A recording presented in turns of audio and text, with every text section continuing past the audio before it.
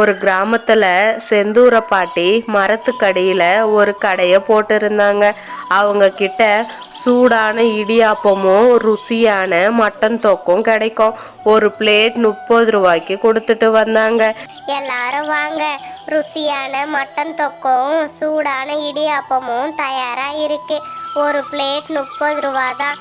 இவ்வளோ கம்மியான விலைக்கு யாரும் கொடுக்க மாட்டாங்க. வந்து சாப்பிட்டு பாருங்க. பாட்டி அப்படி கடைய போட்டதும் அங்க ஒருத்தர் வந்தாரு.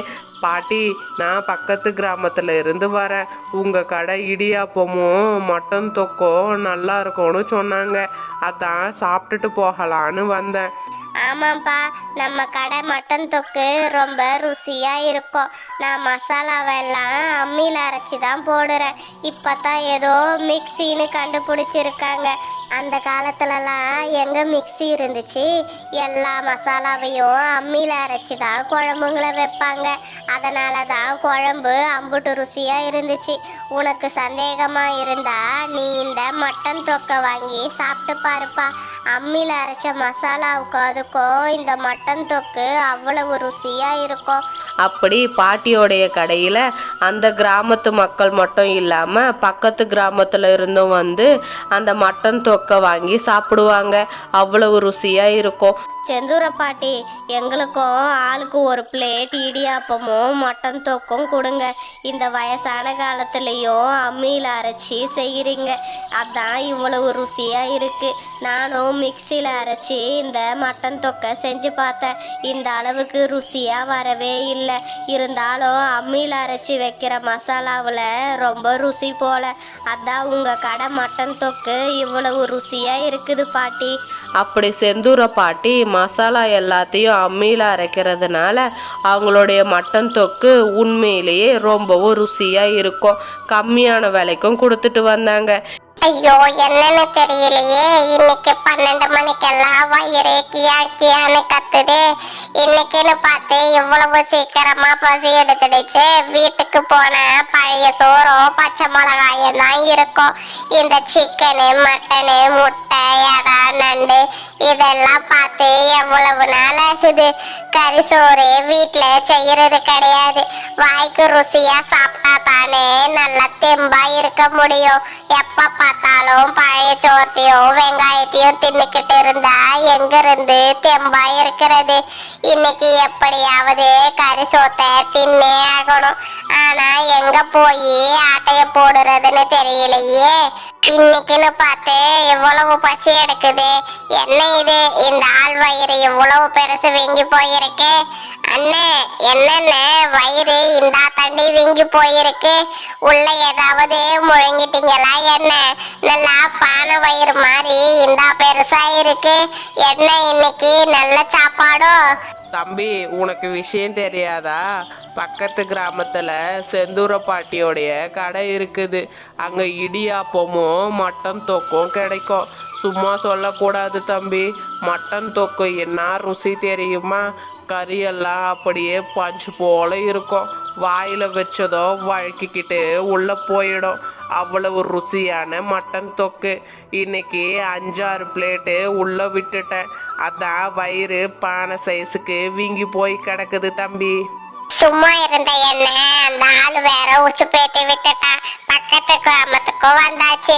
இப்ப அந்த பாட்டி கடைக்கு போய் என்னத்த சொல்லி ஆட்டைய போடுறது? பாட்டி சாப்பிட்டதுக்கு அப்புறம் பணம் கேட்டா என்கிட்ட 10 பைசா கூட இல்லையே. எதையாவது சொல்லி இன்னைக்கு அந்த பாட்டி கடையில மட்டன் தொக்க சாப்பிட்டுட வேண்டியதுதான். பேசாம நம்ம வீட்டுல விசேஷம் இருக்குதுன்னு சொல்லி ஆர்டரை கொடுப்போம். சாம்பிளுக்கு சாப்பிட்டு பார்க்கலான்னு சொல்லி 4-5 பிளேட்டை உள்ள விட்டுருவோம். அப்படியே ஆட்டைய போட்டுட்டு அங்கிருந்து நைஸா கலந்துக்க வேண்டியது தான். அடடே, இதுதான் அந்த செந்தூர பாட்டியோடைய கடையா? பார்க்கறதுக்கே மட்டன் தொக்கு கண்ணை பறிக்குது. நல்லா ருசியா இருக்கும் போல. இன்னைக்கு எப்படியாவது ஆட்டைய போட்டு மொத்தத்தையும் தின்னிட வேண்டியது தான். தம்பி, என்னப்பா வந்ததும் தனியா நின்று பேசிக்கிட்டு இருந்த, இப்ப என்னடானா அமைதியா உக்காஞ்சிட்ட? சாப்பிட்டதானே வந்த, இல்ல வேற ஏதாவது விஷயமா? என்னன்னு சொல்லுப்பா. அதுவா பாட்டி, நான் பக்கத்து கிராமத்துல இருந்து வரேன். என் பேரு கருவாயன். எங்க வீட்டுல ஒரு விசேஷம் வச்சிருக்கோம். ஒரு 100 பேருக்கு இடியாப்பமும் மட்டன் தொக்கும் செய்யணும். உங்க கடையில ரொம்ப ருசியா இருக்கும்னு கேள்விப்பட்டேன். அதான் உங்ககிட்டயே இந்த ஆர்டரை கொடுக்கலான்னு வந்தேன். உங்களால செஞ்சு தர முடியுமா பாட்டி? அப்படின்னு சொல்லி கேட்டான். தம்பி, பாக்குறதுக்கு நல்லா பொடிய நாட்டம் இருக்க. உன்னை நம்பி எப்படிப்பா இவ்வளவு பெரிய ஆர்டரை எடுக்கிறது? பெரியவங்க யாராவது கூட வந்திருந்தா கூட பரவாயில்ல.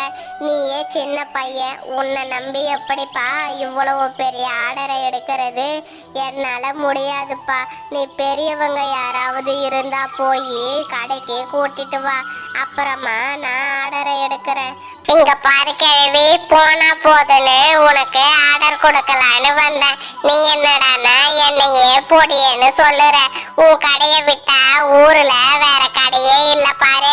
பணம் கொடுத்தா எத்தனையோ பேரு ஆர்டர் எடுப்பாங்க.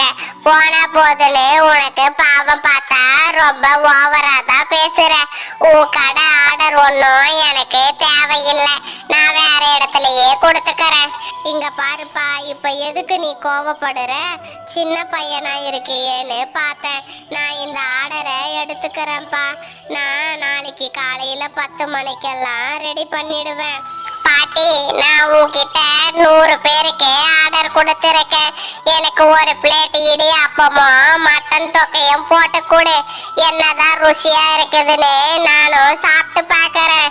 ஊர்ல இருக்கிறவங்க சொன்னாங்களேன்னுலாம் ஆர்டர் கொடுக்கல. நான் சாப்பிட்டு பார்த்துட்டு ருசியா இருந்தா ஆர்டர் கொடுக்கறேன். ஏன்னா சாப்பிட வரவங்க எந்த குறையும் சொல்லக்கூடாது இல்ல, அதான் கேக்குறேன். தம்பி, நல்லா சாப்பிடுப்பா. நம்ம கடை மட்டன் தொக்கு எப்பவுமே ருசி தான். மசாலா எல்லாத்தையும் அம்மியில அரைச்சி செய்யறேன். அதான் நம்ம கடை மட்டன் தொக்கு இவ்வளவு ருசியா இருக்கு. அது மட்டுமா, இவ்வளவு கம்மியான விலைக்கு யாராவது இடியாப்பமும் மட்டன் தொக்கும் கொடுப்பாங்களா? என்கிட்ட மட்டும்தான் இவ்வளவு கம்மியான விலைக்கு கிடைக்கும். அதுவும் ருசியாவும் இருக்கும். சும்மா சொல்லக்கூடாது. இந்த மட்டன் தொக்கு இன்னும் ருசியா இருக்கு. இன்னும் 3 பிளேட் சாப்பிடலாம் போலயே. இந்த பாட்டி கிட்ட கேட்டா தருமோ தராதோ? எதையாவது சொல்லி கேட்டு பாப்போம். பாட்டி, என்ன 2 பீஸ் தான் வச்சிருக்க? 100 பேருக்கு ஆர்டர் கொடுக்கறேன். இன்னும் கொஞ்சம் பீஸ் அள்ளி போடு. சாப்பிட்டு பார்த்துட்டு நல்லா இருந்தா தானே உன்னை நம்பி ஆர்டர் கொடுக்க முடியும். தாராளமா போடு பாட்டி. அப்படி சாப்பிட்டதும் அவன் அங்கிருந்து போயிட்டான். என்ன இது, இந்த பையன் பேரை மட்டும் சொன்னான், ஆனா அட்ரஸ் எதுவும் சொல்லாம போயிட்டானே. சரி, பக்கத்து கிராமத்துல போய் யார்கிட்டயாவது கேட்டு பார்க்கலாம் அப்படின்னு நினைச்சு அந்த பாட்டி அவனை தேடி பக்கத்து கிராமத்துக்கு வந்தாங்க. என்ன இது, எங்க தேடியும் இவன் கண்ணுலயே மாட்டல. ஏமா, இந்த கிராமத்துல ஒரு பையனை தேடி வந்தேன். பார்க்கறதுக்கு நல்லா கருகருன்னு குடும்பி போட்டுக்கிட்டு மூக்குல சளி ஒழுகிக்கிட்டு இருக்கோம். பேர் வந்து கருவாயன்னு சொன்னான். அவங்க வீடு எங்க இருக்குதுன்னு உங்களுக்கு தெரியுமா? 100 பேருக்கு ஆர்டர் கொடுத்துருக்கான். இடியாப்பமும் மட்டன் தொக்கும். அவன் வீடு எங்கம்மா இருக்கு, கொஞ்சம் சொல்லுங்க. என்னது, அவன் ஒரு ஃப்ராடு பயலாச்சு.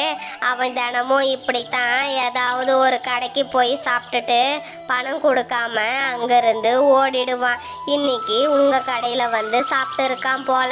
அவனை நம்பியெல்லாம் ஆர்டர் எதுவும் எடுக்காதீங்கம்மா, உங்களுக்கு தான் நஷ்டம் ஏற்படும். அவன் சரியான ஃப்ராடு பையன். என்னம்மா சொல்லுற? அவன் ஃப்ராடு பையனா? நேற்று என் கடைக்கு வந்து 4-5 பிளேட் இடியாப்பமும் மட்டன் தொக்கையும் தின்னுப்புட்டு பணத்தை கூட கொடுக்கல. 100 பேருக்கு செய்ய சொல்லிட்டு இங்கிருந்து கிளம்பி ஓடிட்டான். அவனை நம்பி இந்த ஆர்டரை எடுத்திருந்தா எனக்கு மொத்தமா நஷ்டம்தான் ஏற்பட்டு இருக்கும். நல்ல வேலைம்மா, உண்மையை சொல்லி என்னை காப்பாத்திட்டீங்க. உங்களுக்கு தான் நான் நன்றி சொல்லணும். இந்த கதை உங்களுக்கு பிடிச்சிருந்தா மறக்காம நம்மளுடைய சேனலை சப்ஸ்கிரைப் பண்ணுங்க. ஒரு பிளேட் இடியாப்பம் மட்டன் தொக்கோடைய விலை என்னன்னு கமெண்ட் பண்ணுங்க. லைக் பண்ணுங்க, ஷேர் பண்ணுங்க. பாய்.